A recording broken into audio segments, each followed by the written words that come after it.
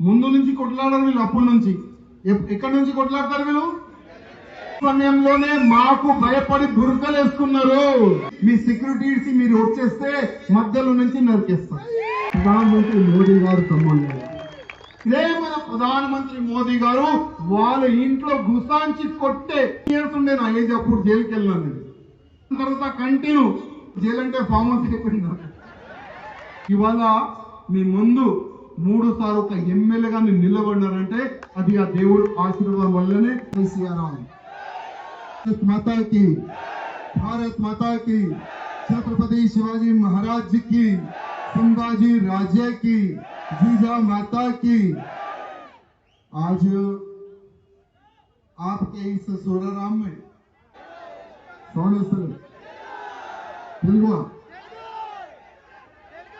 తెలుగు కావాలి ఎంతమంది? మీరు మాకు తెలుగు నేర్పేలే కదా. కొట్లాడాలి, ముందుకు ఉండాలని మన బజరంగ దళ్, హిందూ వాహిని, విశ్వ రాష్ట్రీయ స్వయం సేవక్ సంఘ్ ఒకటే ఒక కళ, యావత్ భారతదేశం హిందూ రాష్ట్రం కావాలని. అలా చూసుకోండి, ఎక్కడెక్కడ హిందువులు ఈ కుల పిచ్చి వల్ల డైవర్ట్ అయినారో అక్కడ వాళ్ళని సంపేస్తున్నారు. ఇది హిస్టరీ. హిందూలో చెప్తారు, జహా జహా హిందూ జాతి మే బటా వహా వహా హిందూ కటా. ఇదే కరెక్టే కదా. అందుకోసం హిందూ వాహిని గాని, బజరంగ దళ్ గాని, విశ్వ హిందూ పరిషత్ గాని, రాష్ట్రీయ స్వయం సేవక్ సంఘం గాని ఒకటే ఒక లక్ష్యం, ఒకటే ఒక మాట చెప్తుంది, మీరు జాతిని పక్క పెట్టండి. ఎవరైనా బయటికి వెళ్తే ఒకటే ఒక మాట చెప్పండి, నేను హిందూ. ఛత్రపతి శివాజీ మహారాజ్ కళ ఏంది? మనం హిందువులం ఒక్కటైతే ఎవరు కూడా ఏమీ చెయ్యలేరు. ఆ సమయంలో తమ్ముళ్ళ భారతదేశంలో ఒకప్పుడు మన భారతదేశంలో ముఘల్ రాజ్యం ఉండే, ఆదిల్ షా గాని, కుతుబ్ షాహీ గాని, నిజాం రాజ్యం ఉండే. ఆ సమయంలో ఎవరైనా ధర్మం గురించి మాట్లాడితే తల నరికేది. ఆ సమయంలో ఒక్కొక్క ఈ ముఘల్ సైనికులు మన అమ్మాయిలతోని 10 సైనికులు మన అమ్మాయిలతోని, మన చెల్లెలతోని మానభంగాలు చేసేది 10 మంది. ఎక్కడ గుళ్ళు కనబడితే అక్కడ గుళ్ళు పొలగొట్టాలి, ఆవుని సంపి మన గుళ్ళో పాడేసేయాలి, హిందువులని నరకాలి, పొలాల మొత్తం సర్వనాశం చేయాలి. ఒకటే ఒక లక్ష్యం. అప్పుడు ఆ చిన్న పాప ఒక సంకల్పం తీసుకుంటుంది, నాకు పెళ్లి అవుతుంది, నాకు పుట్టే బిడ్డనే ఈ సైనికులకి సరిగా సమాధానం చెప్తారు. అదే జీజామాత తమ్ముడు గారు, అదే జీజామాత. వాళ్ళకి ఏం నేర్పిస్తున్నాం? ధర్మం గురించి నేర్పిస్తున్నామా? చాలా తక్కువ. దేశం గురించి చెప్తున్నామా? చాలా తక్కువ. సమాజం గురించి మనం చెప్తున్నామా?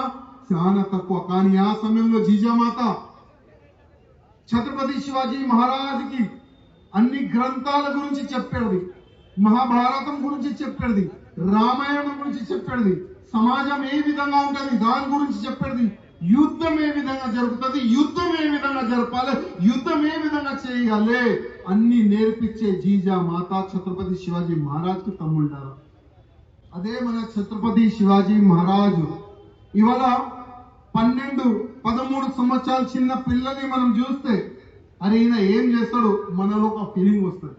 కానీ ఆ సమయంలో ఛత్రపతి శివాజీ మహారాజు 12-13 సంవత్సరాల్లోనే గోమాత రక్షణ గురించి కత్తి పెట్టుకొని ఆ కసాయి చేతు నరికి గోమాతని రక్షించాడు.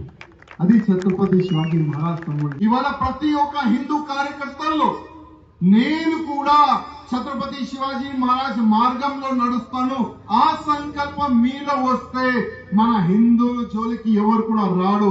నేను ఛాలెంజ్ చేస్తున్నాను. కానీ మీలో అట్లాంటి భావన రావాలంటే ఫస్ట్ ఛత్రపతి శివాజీ మహారాజ్ గురించి యూట్యూబ్ లో మీరు చూడండి. ఏ విధంగా మన ధర్మం గురించి, మన దేశం గురించి, మన సమాజం గురించి ఛత్రపతి శివాజీ మహారాజు పోరాడిండు ఒక్కసారి మీరు తెలుసుకోవాలి. 2014 కైనా ముందు చాలా వరకు టెర్రరిస్ట్ అటాక్లు అయినాయి కదా. కానీ అప్పుడు నోరు లేని గవర్నమెంట్ ఉండే, నోరు లేని ప్రధానమంత్రి ఉండే. రిమోట్ కంట్రోల్ పైన నడిచే ప్రధానమంత్రి ఉండే. కానీ 2014 తర్వాత ఒక ప్రధానమంత్రి వచ్చిండు. ఇవాళ అదే ప్రధానమంత్రి మన తెలంగాణలో కూడా ఉన్నారు, ప్రధానమంత్రి మోదీ గారు సంబంధం. 2014 తర్వాత ఎవరైనా మన భారతదేశం పైన టెర్రరిస్ట్ అటాక్ కానీ బాంబులు వేస్తే ఇదే మన ప్రధానమంత్రి మోదీ గారు వాళ్ళ ఇంట్లో గుసాంచి కొట్టే ఇట్లాంటి ప్రధానమంత్రి మనకు దొరికింది తమ్ముడు. సర్జికల్ స్ట్రైక్ గురించి మీరు విన్నారు కదా, చూసినారు కదా ఏ విధంగా మన భారతదేశం సైన్యాన్ని ఫ్రీడమ్ ఇస్తున్నారు. పోండి పాకిస్తాన్ లో గుసాంచి ఎక్కడ టెర్రరిస్టులు ఉన్నారు అక్కడనే వాళ్ళకి సంపిరండని అప్పుడు మన ప్రధానమంత్రి మోదీ గారు ఆదేశం ఇస్తే సర్జికల్ స్ట్రైక్ జరిగింది. కానీ అదే సర్జికల్ స్ట్రైక్ ఆ ఆలోచన ఆ ప్లానింగ్ ఎవరి దగ్గర నుంచి వచ్చిందంటే ఛత్రపతి శివాజీ మహారాజ్ పేరు వస్తుంది తమ్ముడు. ఛత్రపతి శివాజీ మహారాజ్ కి పట్టుకోనికి ఆ ఔరంగజేబు ఒకరిని పంపిస్తారు ఆదిల్ షాని. ఆదిల్ షాకి చెప్తాడు, అరే మామ ఇక్కడ రారా, నీకు ఎంత డబ్బులు కావాలి చెప్పు ఇస్తా, ఎన్ని సైన్యం కావాలి చెప్పు ఇస్తా, కానీ నువ్వు ఛత్రపతి శివాజీని పట్టుకొని రారా అని ఆదేశం ఇస్తాడు. మామ చాలా హ్యాపీగా ఫీల్ అవుతాడు, సైన్యం తీసుకొని వెళ్తాడు. ఛత్రపతి శివాజీ మహారాజ్ కి పట్టుకొని పూణెకి వెళ్తాడు. ఒక కోటకి మొత్తం ఛత్రపతి శివాజీ మహారాజ్ బయటికి వెళ్లకుండా మొత్తం ఘెరాల్చుకుంటాడు. అప్పుడు ఛత్రపతి శివాజీ మహారాజ్ కి తెలుస్తుంది ఇదే సాయిస్త్ ఖాన్ హిందూ మహిళల్ని చంపుతుండు, పిల్లల్ని చంపుతుండు, హిందుల్ని నరుకుతుండు. అప్పుడు ఛత్రపతి శివాజీ మహారాజ్ అనుకుంటాడు ఈ ఫాల్తుగాన్ని అయితే మనము కరెక్ట్ అయిన జవాబు ఇవ్వాలి. అప్పుడు ఛత్రపతి శివాజీ మహారాజ్ సర్జికల్ స్ట్రైక్ గురించి ఆలోచన చేస్తారు. అప్పుడు ఛత్రపతి శివాజీ మహారాజ్ ఒక లేఖ రాస్తారు. అంటే నార్మల్ పబ్లిక్ మనం పోలీస్ స్టేషన్ లో ఇట్లా ఈ సభ గురించి లెటర్ రాస్తాం, ఆ విధంగా సాయిస్త్ ఖాన్ కి నార్మల్ ప్రజల్లాగా ఒక లెటర్ రాస్తారు. సాహిబ్ మా దగ్గర పెళ్లి ఉన్నది, మేము పెళ్లి మీ పోర్ట్ పక్క నుంచి మీ కిల పక్క నుంచి తీసుకొని వెళ్ళాలని అనుకుంటున్నాము. పెళ్లే కదా తీసుకోండి పోండి అని అంటాడు. అప్పుడు శివాజీ మహారాజ్ సైనికులు ఇప్పుడు పెళ్లి బారాత్ లో ఏ విధంగా బట్టలు గిట్టలు వేసుకుంటారు బ్యాండ్ బాజా, అట్లా ఒక సైన్యం తీసుకొని ఆయన లోపడిపోతాడు. అదే ఛత్రపతి శివాజీ మహారాజ్ వెనుక నుంచి గోడకి హోల్ కొడతాడు. అప్పుడు బ్యాండ్ బాజా నుంచి సౌండ్ రాదు. ఎక్కడ సాయిస్త్ ఖాన్ పండుకుంటాడో అక్కడ ఛత్రపతి శివాజీ మహారాజ్ కత్తి తీసుకొని లేవురా బామ్మడిది లేవు, శివాజీ శివాజీ అన్నావు కదరా నేనే శివాజీ. అప్పుడు సాయిస్త్ ఖాన్ లేస్తాడు, అరే నా గది లోపలి శివాజీ వచ్చిండు, నా సైన్యం ఎక్కడ, అరుస్తాడు. సైన్యం ఎక్కడ, ఎందుకంటే బయట ఫుల్ బ్యాండ్ బాజా సౌండ్ వస్తుంది. ఆ సౌండ్ లో ఏమి వినబడదు. సాయిస్త్ ఖాన్ ఆ రూమ్ లో పోతాడు, ఈ రూమ్ లో పోతాడు, బురుకా వేసుకొని సాయిస్త్ ఖాన్ ఎక్కడ మహిళలు ఆయన భార్యలు అక్కడ దాచుకుంటారు. ఇవాళ మనకు కొంతమంది ఛాలెంజ్ చేస్తారు. ఇవాళ ఓల్డ్ సిటీలో ఉన్న ఇద్దరు కుక్కలు మనకు ఛాలెంజ్ చేస్తారు. 15 నిమిషాల సమయం ఇస్తే 100 కోట్లు హిందువుల్ని నరికేస్తామని కొంతమంది మాటలు మాట్లాడతారు. అరే ఫాల్తుగా మీ పూర్వకులు ఆ సమయంలోనే మాకు భయపడి బురకలేసుకున్నారు. నీకు మాకు పోటీ ఎక్కడా? ఇవాళ కూడా మా ఒక్క బజరంగి మా ఒక్క హిందూ అని కార్యకర్తల్ని మీరు ఫేస్ చేయలేరు. మీరంటారు 15 మినిట్ టైం కావాలి, మా ఒక్క బజరంగి మీ సెక్యూరిటీస్ మీరు వచ్చేస్తే మధ్యలో నుంచి నరికేస్తారు. ఎందుకంటే హిందువులు ఎవరు జోలికి పోరు, ఎవరైనా హిందువులు జోలికి వస్తే అసలు ఇడవరు. ఇది మన హిందువులు. ఆ సమయంలోనే ఛత్రపతి శివాజీ మహారాజ్ సాయిస్త్ ఖాన్ కి కొట్టనికి పోతే అదే ఒక చిన్న కిటికీ నుంచి దూకుతాడైనా. అప్పుడు దూకుంటే శివాజీ మహారాజ్ కత్తితో అటాక్ చేస్తే 3 ఉంగరాలు వేలంటారు కదా కట్ అయిపోతుంది. శివాజీ అంటే అంత భయం ఆ సమయంలోనే ఉండే. అదే ఔరంగజేబ్ కి తెలుస్తుంది అరే సాయిస్త్ ఖాన్ కూడా తెంకపోయి వచ్చేసిండు, ఇప్పుడు ఏం చేద్దాం? అఫ్జల్ ఖాన్ ని పిలుస్తారు, నువ్వు ఇంకా రారా భయ్, పట్టుకుంటావా శివాజీకి? ఈజీ పట్టుకుంటా. ఎట్లా పట్టుకుంటావు? నేను గుర్రం పైన నుంచి కింద కూడా దిగను, పై నుంచి ఇట్లా పట్టుకొని తీసుకొని వస్తా. అట్లానా? పో. ఆయన వస్తాడు. ఫస్ట్ ఈయన అఫ్జల్ ఖాన్ వచ్చే సమయంలో ఆయన ఒక మౌల్వీ దగ్గర వెళ్తాడు. ఆయన మౌల్వీ దగ్గర వెళ్ళి, మౌల్వీ సాబ్ శివాజీకి పట్టుకొని పోతున్నాను. మౌల్వీ అంటాడు, పోకురా, ఆయన శివాజీ హైట్ తక్కువ కానీ నీ పని చేసేస్తాడా, పోకురా అంటాడు. మళ్ళీ అదే అఫ్జల్ ఖాన్, నేను అఫ్జల్ ఖాన్ ఎన్నో యుద్ధాలు నేను చేసినాను, ఇదే శివాజీ పెద్ద అన్న సంభాజీకి నేను చంపేస్తున్నాను, నాకు మీరు చెప్తారా? నువ్వు మెంటల్ అయిపోయినావు అని చెప్తాడు. ఆయన పోయి ఇంటికి పోతాడు. ఆయన ఎవరు? అఫ్జల్ ఖాన్. ఇంటికి పోయి కొద్దిగా ఆలోచన చేస్తాడు. అరే, ఈ మౌల్వీ ప్రతి మాట చెప్పేది నిజమైంది, ఒకవేళ ఈయన శివాజీకి నేను పట్టుకోనికి పోతున్నాను, ఒకవేళ నిజమైన నాకు చంపేస్తే ఎట్లా? ఆయన భార్యలు ఎంతమంది తెలుసా? 65. ఎన్ని భార్యలు ఉండే అఫ్జల్ ఖాన్ కి? 65 భార్యల్ని అందరినీ చంపేస్తాడు ఈయన. ఎందుకంటే ఒకవేళ నాకు శివాజీ చంపేస్తే మళ్ళీ నా భార్యలు ఎక్కడెక్కడ పోతుంది అని డౌట్. అందుకోసం అన్ని భార్యల్ని చంపేస్తాడు, రాళ్ళు కట్టి నీళ్ళలో వేసేస్తాడు ఆయన. 65 భార్యల్ని చంపి శివాజీ మహారాజ్ కి పట్టుకొని పోతాడు ఆయన. కానీ పోతా సేమ్ వీళ్ళు ఒకటొక్క ఆలోచన ఉంటుంది, హిందుల్ని చంపాలి, గుళ్ళు పలగొట్టాలి, గుళ్ళు ఉన్న సొమ్ము మొత్తం దోసుకోవాలి, హిందుల్ని మొత్తము పొలాలు మొత్తం కాలబెట్టాలి. అదే మన తుల్జాపూర్ భవానీ టెంపుల్ ని పలగొట్టిండు, పండేరున్న టెంపుల్ ని పలగొట్టిండు. అప్పుడు శివాజీ మహారాజ్ కి తెలుస్తుంది, జీజా మాతాకి తెలుస్తుంది, ఈ అఫ్జల్ ఖాన్ వస్తుంది, చాలా డేంజర్ మనిషి. అప్పుడు ఛత్రపతి శివాజీ మహారాజ్ ఒక ప్లాన్ చేస్తారు. ఓకే రాని, ఈయన కూడా ఇద్దాం జవాబు. ఒక మూవీ వచ్చింది ఛత్రపతి శివాజీ మహారాజ్ పైన, మంచి హిస్టరీ చూపెట్టిండు. అప్పుడు కూడా శివాజీ మహారాజ్ ఒక లేఖ రాస్తారు. అరే అఫ్జల్ ఖాన్, నువ్వు ఎంత స్ట్రాంగ్ ఉన్నావు భయ్, నీ సైన్యం చూస్తే భయపడుతున్నాను, మనం ఒక ప్లేస్ లో కలుద్దాం. ఎక్కడ కలుద్దాం? ప్రతాప్గఢ్ కిల్లా కింద కలుద్దాం, నేను మొత్తం వ్యవస్థ ఇస్తాను, రండి కలుద్దాం. నీ నుంచి ఒక 8 మెంబర్స్, నా నుంచి ఒక 8 మెంబర్స్, ఎక్కువ ఉండకూడదు. శివాజీ మహారాజ్ మొత్తం ప్లాన్ చేసుకుంటాడు. ఆ ఒక టెంట్ లో శివాజీ మహారాజ్ అఫ్జల్ ఖాన్ కలిసే సమయంలో, ఇప్పుడు మహిళలు ఉన్నారు, లేకపోతే వేరే లాంగ్వేజ్ యూజ్ చేసేవారు. ఈ దొంగ బాడుకోగాలు వెనక నుంచి పుడిచే అలవాటు వీళ్ళకి కదా. ఎప్పుడైనా చూడండి, ముందు నుంచి కొట్లాడారు వీళ్ళు, అప్పటి నుంచి ఎక్కడి నుంచి కొట్లాడతారు వీళ్ళు? వెనుక నుంచి పొడిచే అలవాటు ఈ బాడుకోగాలకి. ఆ సమయంలో కూడా ఛత్రపతి శివాజీ మహారాజు ఈ వెనుక నుంచే పొడిచి చంపాలని ప్లాన్ లో ఉండే. కానీ మన ఛత్రపతి శివాజీ మహారాజు ఈ తుర్కా బాడుకోగాల గురించి మొత్తం ప్లాన్ ఉంటుంది. వెనుక నుంచి పొడిచే ఈ జాతి అని శివాజీ మహారాజ్ కి తెలుసు. మొత్తం బుల్లెట్ ప్రూఫ్ జాకెట్ తయారు చేసుకుంటారు మన శివాజీ మహారాజ్. మొత్తం బుల్లెట్ ప్రూఫ్, పైన బుల్లెట్ ప్రూఫ్, ఇక్కడ బుల్లెట్ ప్రూఫ్, వెనుక అంటే మొత్తం పులి గోర్లు పెట్టుకుంటారు ఆయన. ఓకే, ఆయన అఫ్జల్ ఖాన్ మెల్లగా రా శివాజీ రా, ఇట్లా దగ్గర తీసుకొని వెనుక నుంచి పొడిచడానికి ప్లాన్ చేస్తే మొత్తం కడుపు చింపి పేగులు బయట తీస్తారు మన శివాజీ మహారాజ్. అప్పుడు జీజామాత అంటది, ఈ అఫ్జల్ ఖాన్ తలకాయ కావాలి, తలకాయ కోసి జీజామాతకి గిఫ్ట్ గా ఇచ్చే మన ఛత్రపతి శివాజీ మహారాజ్ తమ్ముడు. అందుకోసం బతకాలంటే శివాజీ లాగా, కావాలంటే సంభాజీ లాగా తమ్ముడు. శివాజీ ఎట్లా అంటే సంభాజీ కూడా చాలా ఖతర్నాక్ వ్యక్తి ఉండే. షావా మూవీ వచ్చింది కదా, చూసినారు కదా.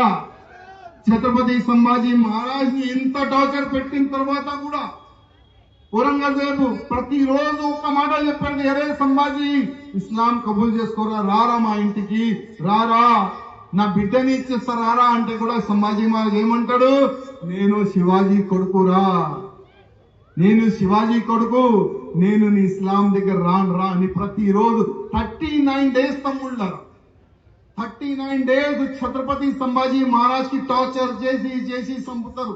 39 డేస్. ఇవాళ మన యూత్ ఉన్నారు, నారాజ్ కాకండి తమ్ముళ్ళ.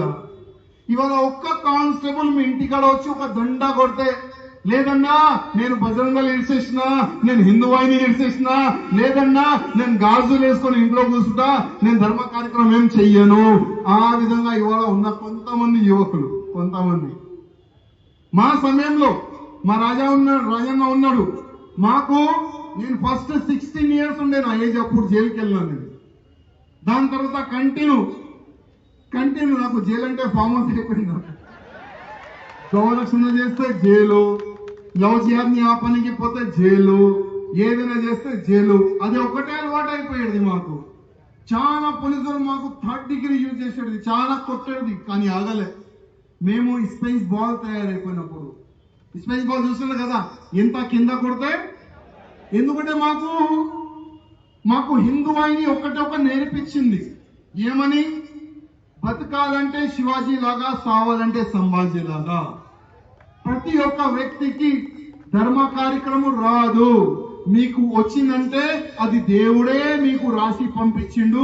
ఎంతైనా ప్రాబ్లం రాని ధర్మ కార్యక్రమం మీరు చేస్తూనే ముందుకెళ్ళాలి.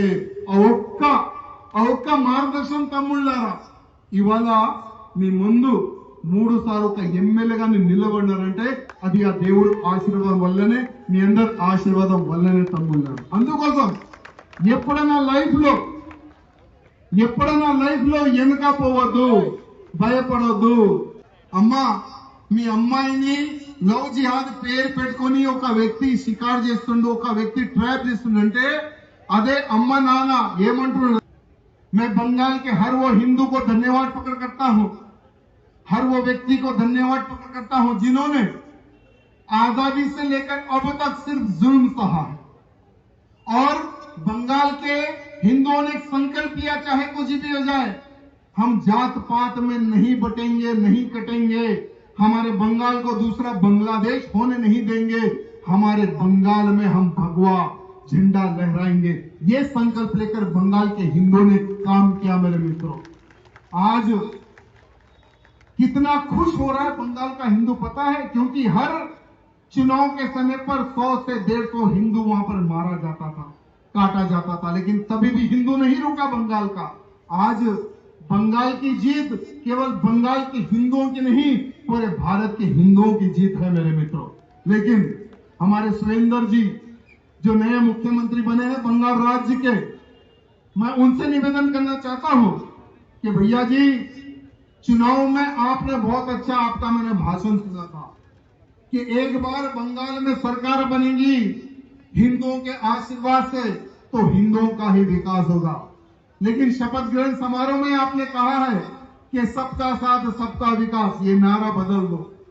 बंगाल के हद तक यह नारा बदल दो। हमारे मुख्यमंत्री जी, आप सिर्फ हिंदुओं के आशीर्वाद से जीते हैं और सिर्फ हिंदुओं का विकास बंगाल में होना चाहिए। साथ ही साथ मैं बंगाल के मुख्यमंत्री को यह भी कहना चाहूंगा कि बंगाल में बांग्लादेशी घुसपैठ घुसे हुए हैं। आज बंगाल का वो हिंदू आपकी ओर देख रहा है जिन्होंने अपने प्राण का बलिदान दिया बंगाल की आजादी के लिए। बंगाल को तो आज आजादी मिली है मेरे मित्रों। आज एक राक्षसी राज से बंगाल को आजादी मिली है, तो बंगाल का हिंदू आज देख रहा है कि कब बांग्लादेशियों के सर कटेगा इस बंगाल की पवित्र धरती पर। एक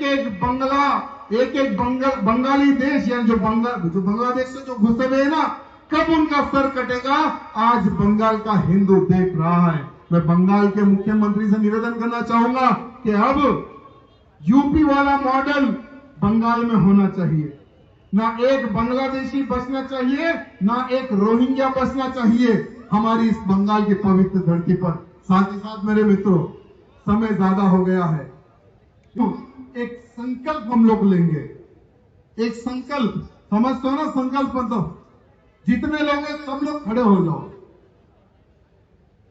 అందరు నిలబడాలి, మనం ఒక సంకల్పం తీసుకుందాం. ఓకేనా? అందరు రైట్ చేయండి. ఓకేనా? ముందు పెడదామా? आज मैं छत्रपति शिवाजी महाराज को साक्षी मानकर ये संकल्प लेता हूं, मैं जब तक जीवित रहूंगा जाति में नहीं बटूंगा, मैं जब तक जीवित रहूंगा देश धर्म समाज की रक्षा के लिए कार्य करता रहूंगा। मेरे सूराराम को लव जिहादी मुक्त, धर्मांतरण मुक्त मेरे सूराराम के हर वो हिंदू की रक्षा करूंगा। मेरा भारत देश जब तक हिंदू राष्ट्र नहीं बन जाता है मैं पीछे नहीं हटूंगा। आज छत्रपति शिवाजी महाराज को साक्षी मानकर आज मैं ये संकल्प लेता हूं, भारत माता की, भारत माता की जय श्री राम, जय श्री राम। बहुत बहुत धन्यवाद।